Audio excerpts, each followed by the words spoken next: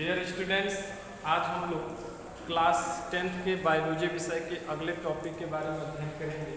अगली जो टॉपिक है देखिए खनिज लवणों का अवशोषण है। इससे पहले हम लोग जल का अवशोषण के बारे में अध्ययन किए थे कि किस प्रकार मूल रोम द्वारा रूट हेयर द्वारा जल का अवशोषण किस प्रकार होता है। ठीक है, जड़ों के द्वारा जल का अवशोषण किस प्रकार होता है। अगला जो टॉपिक है खनिज लवणों का अवशोषण है, एब्जॉर्प्शन ऑफ मिनरल्स।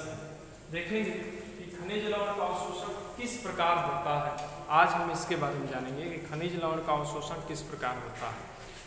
पौधे खनिज तत्वों को कहाँ से प्राप्त करते हैं, तो मृदा से प्राप्त करते हैं। मृदा में जल भी पाया जाता है, इसके साथ साथ मृदा में खनिज तत्व भी पाए जाते हैं।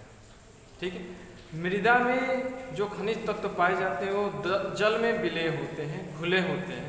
ठीक है, सालुबल होते हैं और वो अपने आयनिक रूप में होते हैं, आयंस के रूप में होते हैं। जैसे सोडियम है तो सोडियम जो होगा वो सोडियम आयन के रूप में पाया जाएगा।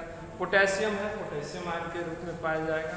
जो सल्फेट फास्फेट है ये भी अपनी आयनिक रूप में होंगे, सल्फेट आयन और फास्फेट आयन के रूप में होंगे। ठीक है, तो इस प्रकार खनिज तत्व अपने आयनिक रूप में जल में विलय होते हैं। ठीक है, अब यहाँ पे खनिज तत्वों का अवशोषण कैसे करता है पौधा, इसके बारे में जानेंगे। तो देखेंगे कि जल का अवशोषण जिस प्रकार करता है पौधा मूल रूमों द्वारा, अपने जड़ों द्वारा, उस प्रकार का अवशोषण खनिज लवण का नहीं करता है। उसमें अवशोषण किस प्रकार होता है, देखेंगे कि ये रूट हेयर है। रूट हेयर के जो साइटोप्लाज्म होते हैं या कोशिका रस जो होता है उसकी सांद्रता अधिक होती है। जो जल में पाए जाते हैं, बाहर की तरफ पाए जाते हैं, जो मिट्टी के कण में पाए जाते हैं जल, उस जल में घुले हुए खनिज तत्वों के तुलना में सांद्रता जो भी रूट हेयर का होता है अधिक होता है। ठीक है, तो इसमें अवशोषण जल के अवशोषण के समान नहीं होता, इसमें दूसरे प्रकार का अवशोषण होता है। किस प्रकार होता है, तो खनिज तत्व जो होते हैं जो ही कोशिका की कोशिका कला अथवा प्लाज्मा मेम्ब्रेन के पास जाते हैं, जैसे यहाँ पर हम एग्जाम्पल एक देकर बता देते हैं। मान लीजिए ये कोशिका है, प्लांट कोशिका है और ये क्या है, सेल मेम्ब्रेन है। क्या है, सेल मेम्ब्रेन है। इसी सेल मेम्ब्रेन में एक विशेष प्रकार का यौगिक पाया जाता है जिसे हम वाहक यौगिक कहते हैं। क्या कहते हैं, वाहक यौगिक। वाहक यौगिक होता है, वाहक यौगिक होता है, कैरियर कंपाउंड कहते हैं। वाहक यौगिक होता है, विशेष प्रकार का यौगिक है। जब खनिज तत्व इनकी कोशिका कला के पास पहुंच जाता है, खनिज तत्व जो है कोशिका कला के रूप में अपने आयनिक रूप में पहुंचता है, तो यह वाहक यौगिक जो होता है उस आयंस के द्वारा जुड़ जाता है। उस आयंस के द्वारा या खनिज तत्व के द्वारा क्या होता है, जुड़ जाता है और एक कॉम्प्लेक्स का निर्माण करता है। क्या करता है, एक कॉम्प्लेक्स का निर्माण करता है। क्या करता है, एक कॉम्प्लेक्स का निर्माण करता है और यही कॉम्प्लेक्स जो है साइटोप्लाज्म की ओर गति करता है। इधर साइटोप्लाज्म की ओर गति करता है। यह कॉम्प्लेक्स कोशिका कला को छोड़कर साइटोप्लाज्म अर्थात कोशिका द्रव्य की तरफ की ओर गति करता है। जब उधर गति करता है तो कोशिका द्रव्य में पहुंचने के बाद या साइटोप्लाज्म में पहुंचने के बाद यह यौगिक टूट जाता है, यानी जो भी खनिज तत्व होते हैं वो अलग हो जाते हैं और वाहक यौगिक अलग हो जाता है और पुनः वाहक यौगिक जो है कोशिका कला में चला आता है। इस प्रकार खनिज तत्वों का परिवहन होने की इस प्रकार की क्रिया को हम सक्रिय परिवहन करते हैं। क्या कहते हैं, सक्रिय परिवहन करते हैं। सक्रिय परिवहन कहते हैं। ध्यान देंगे, जो वाहक यौगिक है वो टूटकर फिर कोशिका कला में आ जाता है, सेल मेम्ब्रेन में वापस चला आता है और जो खनिज तत्व है उसको साइटोप्लाज्म में छोड़ देता है। इस प्रकार खनिज तत्व के परिवहन होने की क्रिया को क्या कहते हैं, सक्रिय परिवहन कहते हैं। यानी खनिज तत्वों का परिवहन जो है सक्रिय परिवहन क्रिया द्वारा ही होता है। ठीक है, इस क्रिया में ऊर्जा की कुछ उपयोगिता होती है और यह ऊर्जा किसके द्वारा प्राप्त होता है, तो यह ऊर्जा जो होती है, कोशिका के अंदर बने हुए जो ऊर्जा होती है उसी ऊर्जा का उपयोग कर लेते हैं। जो भी मेटाबॉलिक एक्टिविटीज होती है, इन क्रियाओं में जो ऊर्जा बनती है उन्हीं ऊर्जा का उपयोग इन क्रियाओं को संपादित करने में किया जाता है। ठीक है, तो ध्यान देंगे इसमें सक्रिय परिवहन के द्वारा ही खनिज तत्वों का परिवहन होता है। अंत में एक कोशिका से दूसरे कोशिका, दूसरे से तीसरी कोशिका में खनिज तत्व जो है स्थानांतरित होते जाता है और अंत में एक कोशिका से दूसरे, दूसरे से तीसरे, तीसरे से चौथे, चौथे से पांचवें, अंत में कहाँ चला जाता है? तो जाइलम वेसल्स जो होता है उस जाइलम वेसल्स में चला जाता है, जहाँ पे पानी पहले से ही या जल पहले से ही पहुँचा हुआ है। वहीं पे खनिज तत्व जो होते हैं, मिनरल्स जो होते हैं, ये भी पहुँच जाते हैं और फिर जल के साथ आसानी से इसका परिवहन हो जाता है। यानी पौधे के विभिन्न भागों में खनिज तत्वों को पहुँचा दिया जाता है। तो यहाँ पे खनिज लवणों का अवशोषण हम बताए हैं किस प्रकार अवशोषण किया जाता है। तो खनिज लवणों का जो अवशोषण है सक्रिय परिवहन द्वारा, ठीक है, अवशोषण किया जाता है। याद रखेंगे वाहक यौगिक की आवश्यकता होती है। यही वाहक यौगिक खनिज तत्व को लेता है और क्या करता है, कोशिका के साइटोप्लाज्म तक पहुंचाकर पुनः अपनी प्रारंभिक स्थान पर चला आता है। ठीक है, चलिए ये तो हो गया खनिज तत्वों का अवशोषण। अगला जो हम टॉपिक पढ़ेंगे, अगला रसारोहण। अगला क्या? रसारोहण। अगला क्या? रसारोहण देखेंगे। रसारोहण,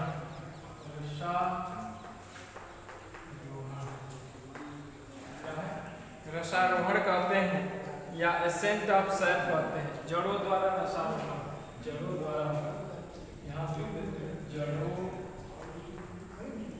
द्वारा रसारोहण है। एसेंट ऑफ रूट,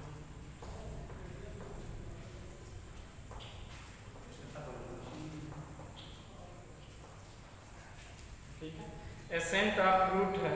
ठीक है, ये एसेंट ऑफ सैप न होगा जी, सैप होगा, एसेंट ऑफ सैप होगा। सैप मीन्स रस होता है। चलिए, एसेंट मीन्स रसारोहण होता है, सैप मीन्स जो होता है रस होता है। देखिए ये रसारोहण का पहले शाब्दिक अर्थ समझ लें क्या है, तब आगे समझ में आएगा रसारोहण का शाब्दिक अर्थ क्या है। देखिए इसको सामने विच्छेद करें तो रस होगा, क्या होगा? रस। और ये क्या होगा? आरोहण होगा। आरोहण क्या होगा? आरोहण मीन्स होता है।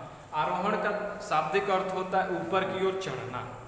आरोहण का शाब्दिक अर्थ होता है ऊपर की ओर चढ़ना। और यहाँ पर रस का तात्पर्य है जल और खनिज पदार्थ की, जल और खनिज पदार्थ की। यानी पौधों में किस प्रकार खनिज तत्व और जल को नीचे से, पौधे के निचली भाग से ऊपरी भाग तक किस प्रकार पहुंचाया जाता है, इसी क्रिया को हम क्या कहते हैं?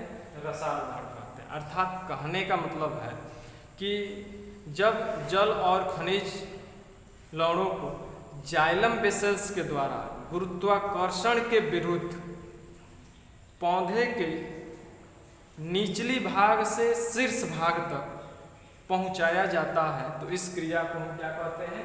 रसारोहण कहते हैं। पौधे के निचले भाग से ऊपरी भाग तक पहुंचाने की क्रिया को क्या कहते हैं? रसारोहण कहते हैं। एक बार और इसको रिवाइज कर रहे हैं। जब जल और खनिज पदार्थ को गुरुत्वाकर्षण के विरुद्ध जाइलम वेसल्स के द्वारा पौधे के या पेड़ों के, ये भी कह सकते हैं, पौधे के निम्न भाग से उच्च भाग तक, यानी निचली पोर्शन से ऊपरी पोर्शन तक पहुंचाने की क्रिया को ही हम क्या कहते हैं? रसारोहण कहते हैं। ठीक है, या एसेंट ऑफ सैप कहते हैं। ठीक है, तो रसारोहण की क्रिया किस प्रकार होती है? आप सोचेंगे, हम सभी जानते हैं कि पृथ्वी के अंदर एक विशेष प्रकार की बल पाई जाती है जिससे गुरुत्वाकर्षण बल कहते हैं, ग्रेविटेशनल फोर्स कहते हैं। और इसी बल के कारण प्रत्येक पृथ्वी जो है प्रत्येक वस्तु को अपने केंद्र की ओर क्या करती है? आकर्षित करती है। अगर हम किसी पत्थर को ऊपर फेंके तो वो भी क्या होगी, पृथ्वी के केंद्र की ओर आकर्षित होगी। ठीक है, तो जल भी है, जल भी एक प्रकार का वस्तु है या पदार्थ है, उसको भी फेंकेंगे क्या होगा, नीचे ही गिरेंगे। तो आप सोचिए किस प्रकार जल जो है पौधे के निचली भाग से जल को लेकर पौधे के शीर्ष भाग तक पहुंचाया जाता है। इस पृथ्वी पर बहुत ऊंचे ऊंचे भी वृक्ष पाए जाते हैं, ठीक है, जो कि 100, 110, 120 फीट की ऊंचाई तक या इतने लंबाई तक पौधे पाए जाते हैं। और उतने ऊंचाई पर जल को कैसे पहुंचा दिया जाता है, सोचने वाली बात है, क्योंकि वहाँ पर गुरुत्वाकर्षण भी विरोध करता होगा, वहाँ पर भी गुरुत्वाकर्षण का प्रभाव होगा। तो जाइलम वेसल्स में जल और खनिज पदार्थ जो होता है या खनिज तत्व जो होते हैं उनको किस प्रकार ऊपर तक पहुंचाया जाता है, उन्हीं के बारे में हम जानेंगे इसके अंदर, जो कि डिफिनीशन हम बता चुके हैं। ठीक है, तो देखेंगे कि जो पौधे होते हैं, जैसे यहाँ हम फिगर एक बना रहे हैं, ये मान लिया जाए तना है, क्या है, तना है, और ये क्या है, जड़, ये क्या है, जड़। और आप लोगों को हम पहले भी बता चुके हैं,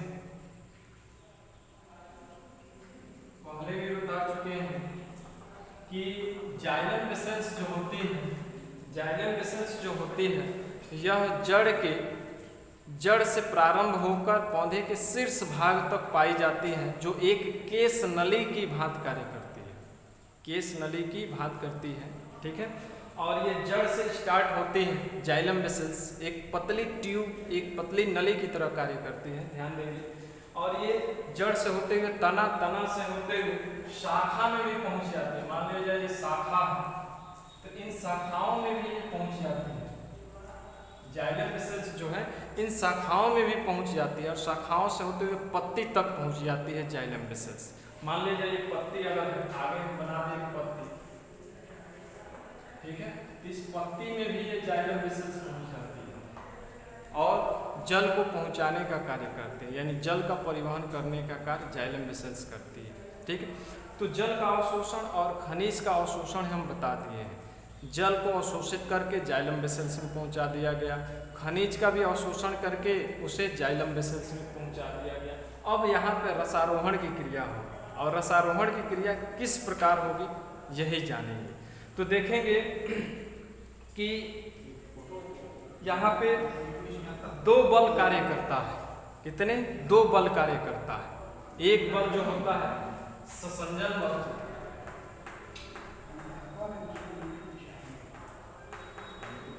और एक जो होता है आसंजन बल। आसंजन बल, ससंजन बल और आसंजन बल, इन दोनों बलों का बहुत महत्वपूर्ण भूमिका होती है जल को पौधे के शीर्ष भाग तक तो पहुंचाने का। अब देखेंगे यहाँ पे ये जाइलम वेसल्स है, ठीक है, और इस जाइलम वेसल्स में जल और खनिज लवण जो है यहाँ पे पहुंच चुका है।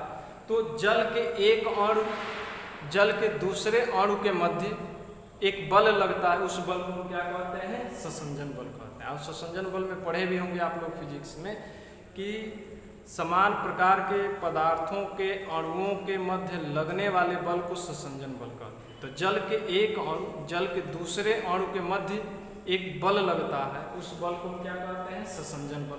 तो ससंजन बल लगने के कारण जल के एक अणु दूसरे अणु से बंध जाते हैं, ठीक है। अब क्या होता है? एक आसंजन बल भी लगता है। आसंजन बल क्या है?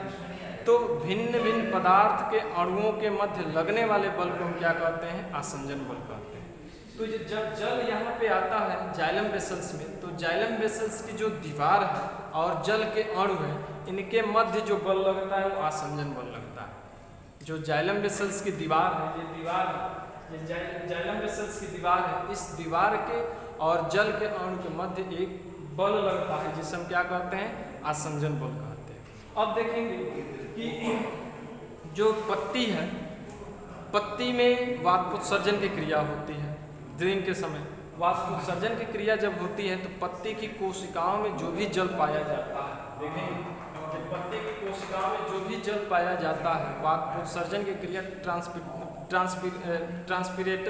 ट्रांसपीरेशन की क्रिया होने के कारण जल जो होता है वाष्प के रूप में बनकर निकल जाता है, वाष्पित हो जाता है।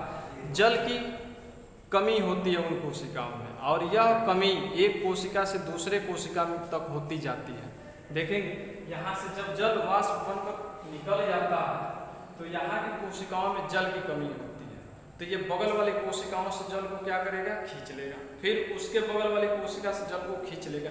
इस तरह एक कोशिका दूसरे कोशिका से जल खींचते खींचते खिंचाव उत्पन्न हो जाता है, और यह खिंचाव कहाँ तक जाता है, पत्ती की जो जाइलम वेसल्स है वहाँ तक जाती है, और जब वहाँ पे जाती है तो वहाँ पर भी जल का खिंचाव होता है। इस खिंचाव के प्रभाव के कारण यह खिंचाव कहाँ तक आती है, तो शाखा से होते हुए तना तक आती है, और तना से होते हुए जड़ के वेसल्स तक आती है, जिनके कारण जल जो है ऊपर की ओर चढ़ने लगता है, और वो कहाँ तक पहुँच जाता है, पत्ती तक जल पहुँच जाता है। यानी पत्ती में जल के कमी को पूरा करने के लिए जो जड़ के जाइलम वेसल्स है वहाँ से जल ऊपर की ओर चढ़ते हैं तना के वेसल्स में, जाइलम वेसल्स में, और वहाँ से शाखा के जाइलम वेसल्स और शाखा से होते हुए पत्ती तक के जाइलम वेसल्स में पहुँच जाते हैं और उस जल की कमी को पूरा कर देते हैं। तो इस प्रकार जो जल जो है यह ऊपर की ओर चढ़ने लगता है और पौधे के विभिन्न भागों में पहुँचा दिया जाता है। ठीक है, तो इस प्रकार जल जो है पौधे के विभिन्न भागों में पहुंचाया जाता है। इसी क्रिया को हम रसारोहण कहते हैं। किस प्रकार जल और खनिज लवण का पौधे के विभिन्न भागों में कैसे पहुंचाया जाता है, इन्हीं के बारे में हम आज अध्ययन किए हैं। तो इसको सही से समझ लेंगे, अगर कोई दिक्कत हो तो आप लोग पूछ सकते हैं, ध्यान देंगे, महत्वपूर्ण है ये। तो आज के लिए बस इतना ही, कल अगले टॉपिक के बारे में हम लोग